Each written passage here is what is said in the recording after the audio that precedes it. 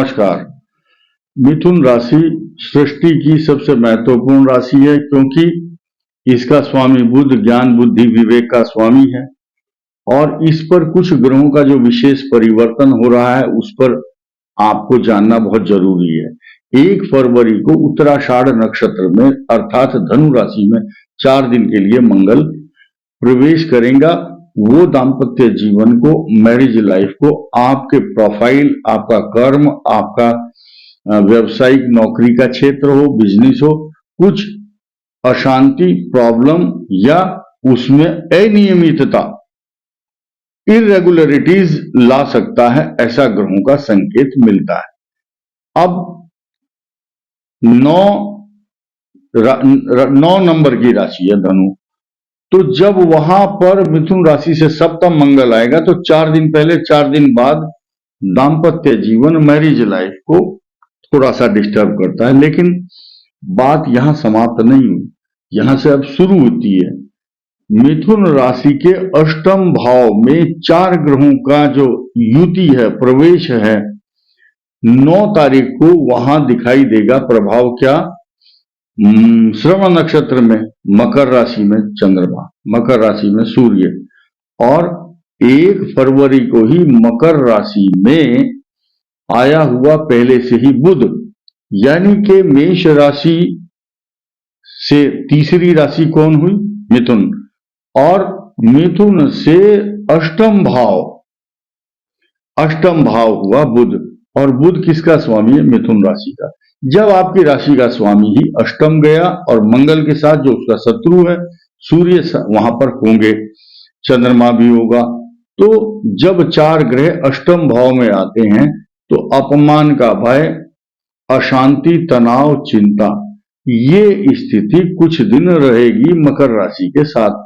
1 ग्रह 13 फरवरी को आपका निकल जाएगा क्योंकि 5 फरवरी को बृहस्पति तो लाभ देने की स्थिति में इसलिए नहीं रहेगा क्योंकि मंगल को बृहस्पति देख रहा था कंटिन्यू। अब बृहस्पति की रेंज से जब मंगल बाहर हुआ तो वो सूर्य के साथ आ गया और वहां पर बुध भी होगा, चंद्रमा भी होगा, एक योग बनेगा बहुत सुंदर, उसको बोलते हैं चंद्र मंगल का राजयोग। उसकी दृष्टि आपके धन स्थान पर होगी। अब वो मंगल का मित्र है चंद्रमा, सेकंड हाउस आपका मिथुन से दूसरा, वहां पर चंद्रमा की भी दृष्टि होगी। आर्थिक स्थिति तो मजबूत करेगा, कुछ 1-1.5 महीना धन की स्थिति आपकी मजबूत होगी, लेकिन मन अशांत, तनाव, चिंता। चंद्रमा मन सो जाता है, चंद्रमा आपका मन है, तो मन अशांत रहना, निगेटिव नहीं सोचना है। डीप वाटर, जो गहरे जल हैं, नदी, तालाब, कुछ लोग आवेश में आकर के या धार्मिक मान्यताओं के चलते बोले जी हम तो स्नान करेंगे गहरे जल में, तो पानी स्नान करना अष्टम चंद्रमा के लिए घातक माना गया है। उनके लिए खास तौर से जिनकी कुंडली में पहले से ही चंद्रमा 6, 8वें, 12वें या लग्न में या एकादश भाव में हो तो भी ये अच्छा फल प्रदान नहीं करता है।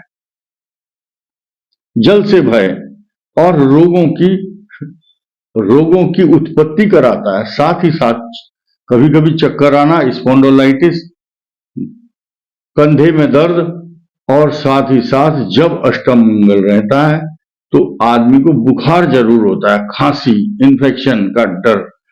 अभी क्या है, मिथुन राशि के लिए 4th स्थान पर अशांत करने वाला केतु आपकी माता जी के लिए कष्टकारक बना हुआ है।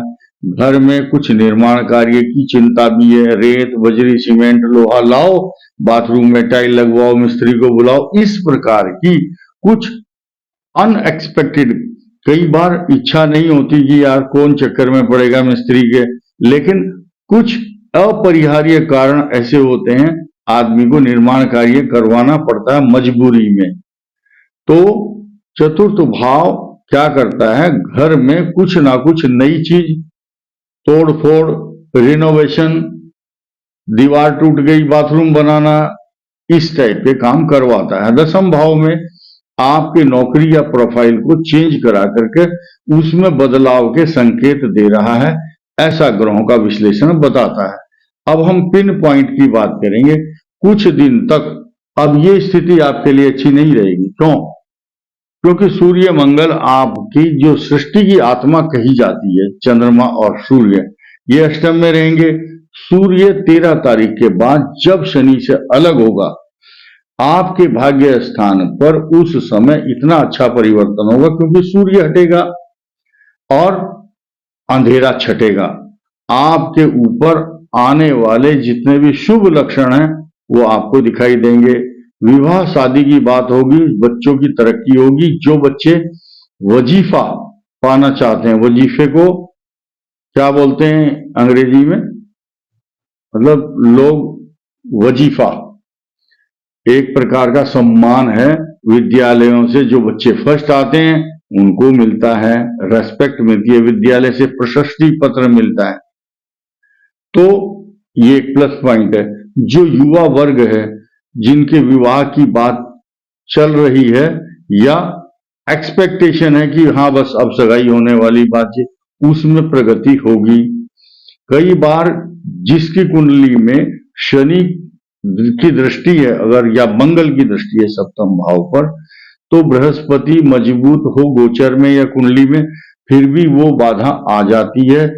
तो ये एक समीकरण आपकी कुंडली के जो ग्रह हैं वो निर्धारण करते हैं इस बात को। कई बार मिथुन राशि है, बृहस्पति भी देखता है, लेकिन काल सर्प दोष के कारण या पितृदोष या आपकी कुंडली में राहु मंगल का अंगारक योग है, मांगलिक दोष है, विष योग है, कई सारे योग ऐसे हैं जो दाम्पत्य जीवन या मैरिज लाइफ को डिस्टर्ब करते हैं। इसके साथ साथ अगर सप्तम भाव का स्वामी वक्री, अस्त या दोषपूर्ण है तो भी विवाह में बाधा आ जाती है, ऐसा ग्रहों का विश्लेषण बताता है। इस समय बृहस्पति और शनि, देखिए जिन लोगों का जन्म पुनर्वसु नक्षत्र में हुआ होगा उनकी इस समय शनि और बुध की महादशा चल रही है। युवा वर्ग, यूथ की बात कर रहे हैं, और शनि बुध और उसके बाद केतु और शुक्र की महादशा भी चल रही होगी। यूथ के अलावा जो प्रौढ़ व्यक्ति हैं आफ्टर 50 ईयर ऑफ एज, इसके अलावा आर्द्रा नक्षत्र वालों की इस समय बृहस्पति या शनि की महादशा चल रही है। और उसके बाद कुछ लोग जो ज्यादा एज के उनकी बुध की और केतु शुक्र की दशा भी है। और मृगशिर नक्षत्र में जिनका जन्म हुआ है और मिथुन राशि है, उनके लिए 36 साल तक तो बृहस्पति की दशा है और 36 से 19 55 साल तक शनि की महादशा इनके लिए शुभ फल परिणाम देगी, इसमें कोई शक नहीं है। उसके बाद ये समीकरण आपकी कुंडली में निर्धारित करते हैं वो ग्रह जो साइड इफेक्ट नहीं दे रहे या गलत स्थान पर नहीं बैठे हैं। आज के गोचर को देखते हुए मिथुन राशि के लिए कई ग्रह शुभ फल प्रदान कर रहे हैं, जैसे कि लाभ भाव में बृहस्पति और भाग्य स्थान में शनि। कई ग्रहों का दुष्प्रभाव और प्रकोप भी अगर होता है तो कई हजार दोषों को अकेला बृहस्पति ही नष्ट कर देता है।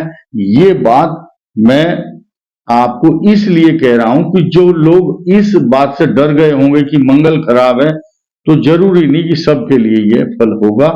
तो जो कुंडली निर्धारित करती है, अगर वहां पाप ग्रह है तो कष्ट होगा, अन्यथा नहीं होगा। इस वीडियो में इतना ही। धन्यवाद, नमस्कार।